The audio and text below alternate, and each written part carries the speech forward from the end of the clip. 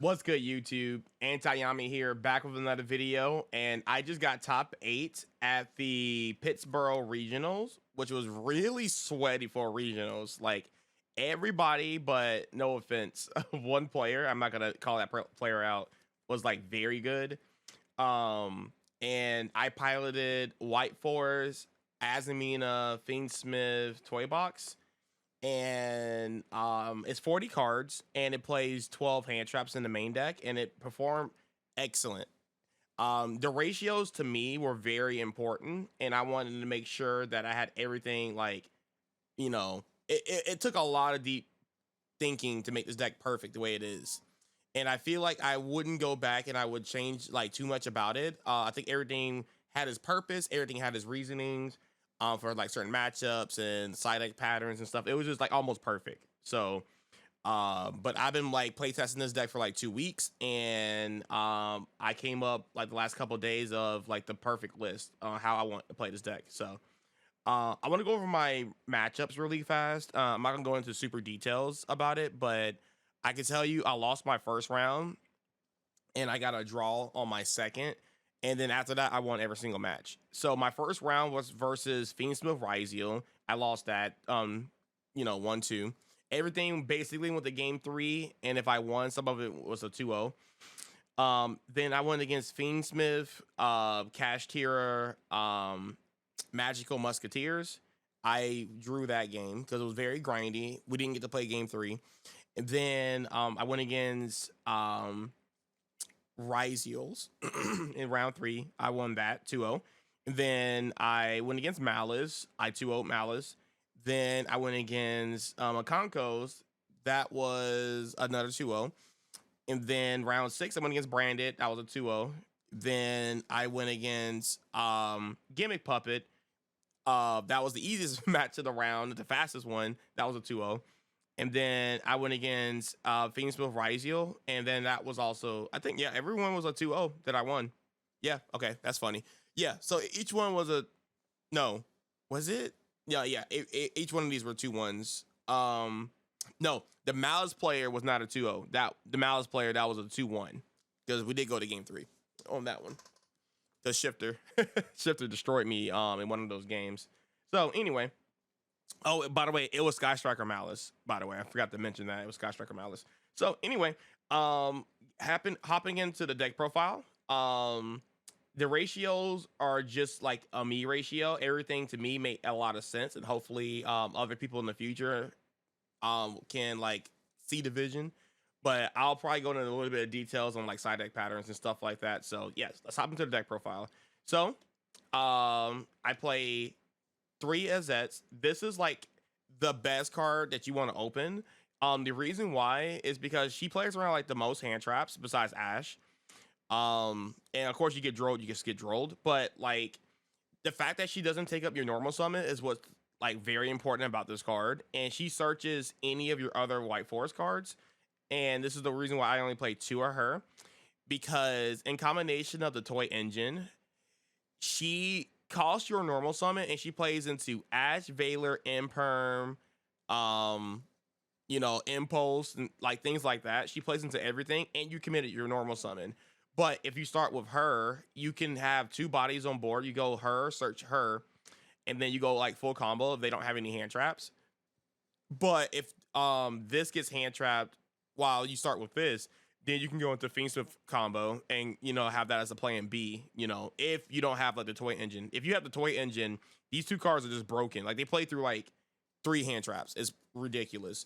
But that's why I did these ratios like this, because I did not want to normal summon this and get hand trapped, and then like not have any strong like extensions and stuff like that to play. So that's the reason. Reason was I played it like that.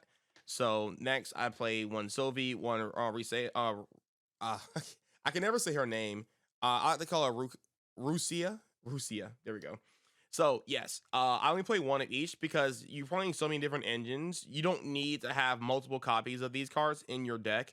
When the new format or the new support comes out, you're gonna play 3 of this. This card is actually insane in the new format, and you're gonna play only 1 of her. And of course, you only play 1 of her anyway. But yeah, not having multiple like level 4 tuners in your deck you can get back into them if these two are in your grave and you don't have any synchros with the toy engine. But overall, you typically don't like burn through them, and you always have your white forest cards as really strong grind. So yeah, I don't think you need more than one of each of those. If you play your deck correctly, you don't need more than one. That's just my personal opinion. So it cuts down on like one of the normal summons because if you hard draw this, like she's a normal summon. And again, it's same thing with the Stellar. If it gets like hand trapped, and you got to have a really good extender or you're cooked. Um, then next, of course, you play one Woes and then one of the Tells. Like, I'm not gonna explain these cards. These cards are just mandatory to play. My personal opinion, and that's it. No other white forest cards. You don't need them. You don't need Scourge. You don't need none of that. Like those are just extra bricks because if you're not playing the game, those cards are super worse, right? So you don't need those cards.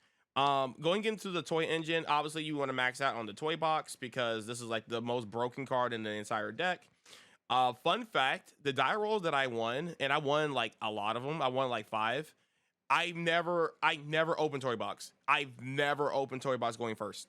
Even like in games 2 and game 3 scenarios, I've never opened toy box going first the entire time. It's crazy because in testing, I opened this card a lot and going first, and I'm just like, I played through all the hand traps. So yeah, if you guys think that you can't win without the toy box engine, that's on you.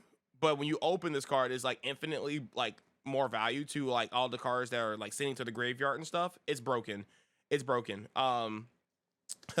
I drew Toy Soldier a couple times going first, which kind of saved me because then I go into the toy box engine, then you kind of go from there. But obviously, it's extremely worse.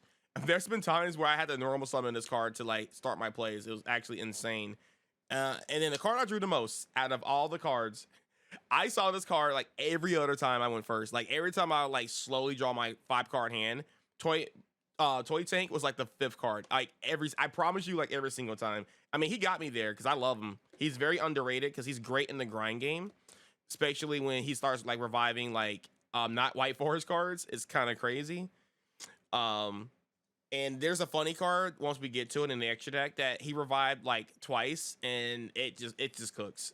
That card is so broken. I love it. The toy engine is just insane.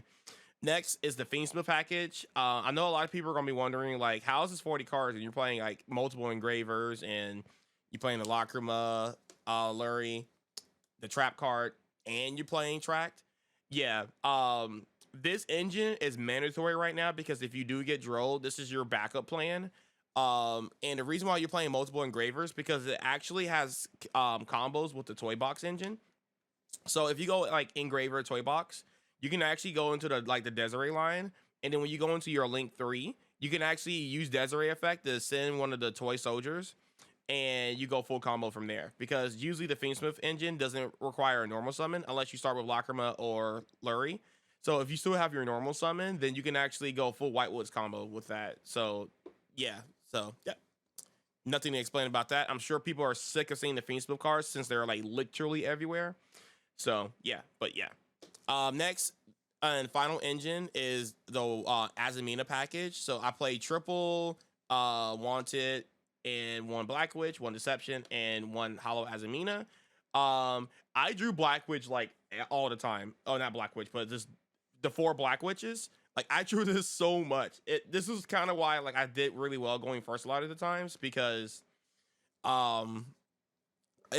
I had this plus toy box, it's like game over. Like the fact that Black Witch can interact with the toy engine and give you like Whitewood axes or white fours, it's very broken. On top of that, you get an Omni Negate out of it too, and you get to search more spells and you get a free draw. It just does everything. It's like perfect. And you're playing this ratio like this because you want to see that's why I'm playing 40 because like I like the rule of 5 or sometimes the rule of 4. If I could put another Black Witch in to make it like 5 Black Witches, I would, but I want to keep my deck at 40 because I want to see this card. Like I want to see this card. That's why you play 40 and a lot of draw cards so you can get into your toy box engine. But yeah, that's the whole reason for this for that engine, just to play around more hand traps and stuff like that. It's just like honestly it's the bait. Basically it's a bait, but if it resolves then your full combo is like good. Sorry, my computer went off. All right. Next we are playing Triple Valor. I think Valor is insane. I mean, of course, hand traps. I mean, these are just hand traps. I ain't gonna explain the hand traps, guys. Like, these are the 12 hand traps I decided in the main deck because I thought they were the most impactful into like a lot of the matchups and stuff like that. So, yeah, I played these cards. These cards are really, really good. They perform very well. And since you're playing 40 and you're playing 12 hand traps, I think it's like a 40% chance of opening two, which some reason to happen a lot, which was really good. But sometimes one hand trap will get you there, and then you can weaken their board, and then you can kind of crack with the white forest stuff. Because once you get like, you know, toy engine plus like other things, you can actually push through some pretty insane boards. So, let's go into the side deck, and then I'll go into extra deck last, which is typically not what I do normally. But yes, so I play the 2 talents and 1 call body grave. These are strictly more going first cards. But if you're on like a ton of hand traps, or depending on the deck, I put in the talents going second versus Ryziel. But versus like every other matchup, I don't use talents going second. I rather have like strictly hand traps. So I do put in like a ton of hand traps versus Ryziels, and then I also put in the talents. And I could probably show you guys side deck patterns with that in a bit. Then I play the 3 purges in the side deck. Now, this is what I was testing with the most because I really love this card. I think this card is insane, it's broken. And I had it in the main deck for the longest time, but I wasn't playing the Black Witch. And I wanted to find ways to like interact with my toy engine to make my deck way more consistent. But you can't play this engine because Black Witch is a dark. So I didn't want those engines to conflict. If I go first and I go purge, and then I have one to the Black Witch, then I can't resolve their effects. So what happens is, and I'll show you the side deck patterns with these cards, I take out the entire Azamina package, which is 6 cards, and I put in these 3 and then 3 more hand traps and things like that. So it's very cute. I never have Black Witch going second. Never. No matchup. Unless it's like I don't have any cards to put in. It can stay like a very slow matchup. But overall, I've never went second with the Black Witch engine. Lancia, because Alice is a hard matchup. And then you have the 3 Perulias, and then you have the 3 Charmies. I keep saying Charmies, Furoros. Yeah, these cards were insane. Nothing to talk about with those. Yeah, I feel like this side deck is pretty standard outside of like side decking in the purge. But yes, that's side deck for that. And then last but not least, the extra deck. Then we go 1 Requiem, 1 Sequence, of course, 1 Moon, 1 Agmande, and 1 SP Little Knight as my links. This card I probably summoned the least, but she does come up in a lot of scenarios. She's very, very good. I think I had her on my end board piece once or twice because for the God board, you have actually all 4 colors on the board, and it looks really, really cool. But yeah, so this is the engine for the links. So all that is pretty self-explanatory there. For the synchros, I only played 4. I played, of course, the 3 white forests, and then the MVP was Chaos Angel. Chaos Angel was insane broken, like insane broken. It was just, I summoned that card like every other round. It was so good, and it was always like winning me in the game when I summoned her. So, very strong. Of course, the 3 fusions. You played the Link 1 fusion, Printing Princess, or he's saying Printing Princess. Shout outs to Snake Eyes. You play one of her because if you open Engraver plus like playable, then you get a free draw, and also this helps you go into Caesar, which is really strong. And then of course this card, I'm not playing the Mu Arcia because you're not really searching outside of like wanted and stuff, so it's not like you're searching for original, and original is like full combo for Snake Eyes, so you don't really need the searcher. I'm just playing the Azamina package as a negate. That's it.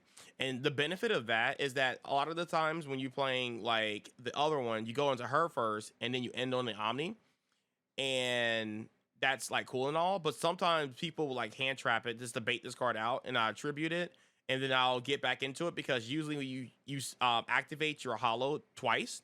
So there's been times where I will like tribute this card, and then I'll just bring it back on the end of my like combo, and it'll just come back. And like you literally just went -1. Like it's insane. So that came up a lot. And Desiree is Desiree. broken. And then the XYZs. One Sky Crisis. Sky Crisis is insane. Everybody needs to play this card. This card is really good into the Ryzeo matchup, and it's good into a lot of other matchups, and it's good in the grind game versus like the Fiendsmith hand trap decks. So yeah, definitely play this. Outs Desiree, outs Typhon, not Typhon, Designator. Like it's just good. So play it. It's broken. High King Caesar's High King Caesar, and then the card that I feel like nobody is on. And this is like the MVP also for the XYZ portion of the deck is the Gars. When you go like full combo, there's actually a line where you go into this, make the God board, but then you end on you don't end on it, but you make it in the middle of your combo just to draw two to see more hand traps or going first cards you side in and stuff. Card is crazy. And then there's also times where, and I think I activate this effect the most because the double attack in this deck is insane because two of your monsters give you piercing. Like this gives you piercing. There's been times where I would like Dagars pump this up to 6,000 and then attack into any monster in defense mode and you lose. And then the same thing with like Desiree. There was I think it was my round 4. I actually bumped my Desiree to 11,000 attack. And since it's equipped with Augment, there's been some game states where it will go into a grind game because they have like, I use his effect to book all my monsters. And there's been times where I resolve SP Lunar Knight just to kind of simplify the game state, and I can't attack directly for game. So Dagars came in a lot of the times where I just like, oh, if there's one monster in defense mode, I can potentially win the game, even if I can't attack directly. So this card won me 3 games with the double the attack effect. And nobody saw it coming. It was really good. So Dagaris is just a good going first card to draw 2 or revive. Or you can actually OTK with it. It's so broken. But yeah, that's my deck profile. I'm not gonna go any combos unless you guys want to see like 2-card combos and stuff like that. It's really cool. But let me show you guys some of my side deck patterns. I'm gonna just do versus Ryzeo because I don't want to make this video super long. So when I go against Ryzeo, you want to kind of put in as many hand traps as you possibly can to stop the dual drive because usually the Fiendsmith or the Fiendsmith Ryzeo deck, they typically don't main deck the crossouts. So if you draw a combination of like 2 hand traps, you should be fine. But yeah, you should be able to stop the dual drive easier in that matchup, and you're gonna be probably grinding with Fiendsmith cards after that. So as long as I'm grinding with Fiendsmith cards, I can actually outpace it because I actually have a pretty strong engine to match with the Fiendsmith stuff. But of course, I take out these cards right here. You do not want these cards going in second ever, unless it's like Labyrinth or something. Then you can like do what you will. I've never won against Labyrinth at the tournament, but you know, whatever. And then I sometimes slide this card out. I feel like it never really comes up a lot of the times. And I didn't want to like brick on it because my deck is already like not like the best deck. So I'm still confused if I want to slide this card out or not. Sometimes I did, sometimes I didn't. But I think most of the time I did slide it out. But I think versus Ryzeo's I did because they don't have a great grind game unless they're on the Fiendsmith package, and you don't really need this as like extra whatever because a lot of times games too I go into Desiree and this card doesn't really do much. So yeah, but I do side out the 1 toy soldier. Versus Ryzeo, I do take out 1 toy box because you cannot resolve toy box going second versus Ryzeo's, but you do still want to have like a card to play just in case you do out detonator and you activate this, resolve it, set the toys, and then you can white force, play through all the hand traps. So yeah, but you don't want to risk into like opening like too many toy boxes and then like detonator just popping it and it's just over. So I do side out 2 of these a lot of the times versus Ryzeo's. Of course, I side this out, you know, versus the Ryzeo matchup. And then sometimes I will side out 1 of Stellar and just have like these cards still in here because again, the card you want to see the most is this. you don't want to see this, and you don't want to see too many normal summons because there's some hands where you would start with this and you rather summon this because this plays through the most and not this. So you just don't want to have too many normal summons in your deck because it can have hands where it will conflict. Since you're not playing like a lot of 1-card starters in your deck, you're playing a lot of 2. And I was banking on seeing a lot of good 2-card starters, not a whole bunch of like 1-card starters, if that makes sense. I focused on that. So with these cards being sided out, 1, 2, 3, 4, 5, 6, 7, 8, 9, there's 9 cards here. Now the cards you put in is 1, 2, 3, 4, 5, 6, 7, 8, 9. And then if you want to play the 2 talents, that's where I would cut the like one of these traps right here. And then since I'm on like a lot of let me see, where's the main deck here? If you want to put in the 2 talents, I usually cut out like a nib. I cut out a nib because like I'm playing already 3 nibs, and you don't want to see like multiple cards when you in the Charmies, because a lot of times when you resolve the Charmy cards, they don't really full commit into nibs sometimes. Sometimes they do, sometimes they don't, depends on the situation. But I feel like talents in that situation gets a little bit more value. Or if you are feeling daring, because I swapped a lot, you can only play 1 talents and keep the triple nib. So it's just depending on how you're feeling. I feel like the side decking is not perfect, but it definitely worked out at the regionals of like decisions I was making. So like it's interchangeable. You can either cut the nib for a second talents, or you can keep the nib in and just play 1. So yep. So that is it for that. Again, if you guys want to see more like combo tutorials of this deck, and I'll be going to another regionals on the 5th, so in like 2 weeks or so, and I'll be probably taking this deck again. It might be some small changes, but for the most part, I feel like everything performed perfectly. Like I can't think of like one bad card I had in my deck. So yep, just let me guys know, and yeah, I'll catch you guys in the next one. All right, peace.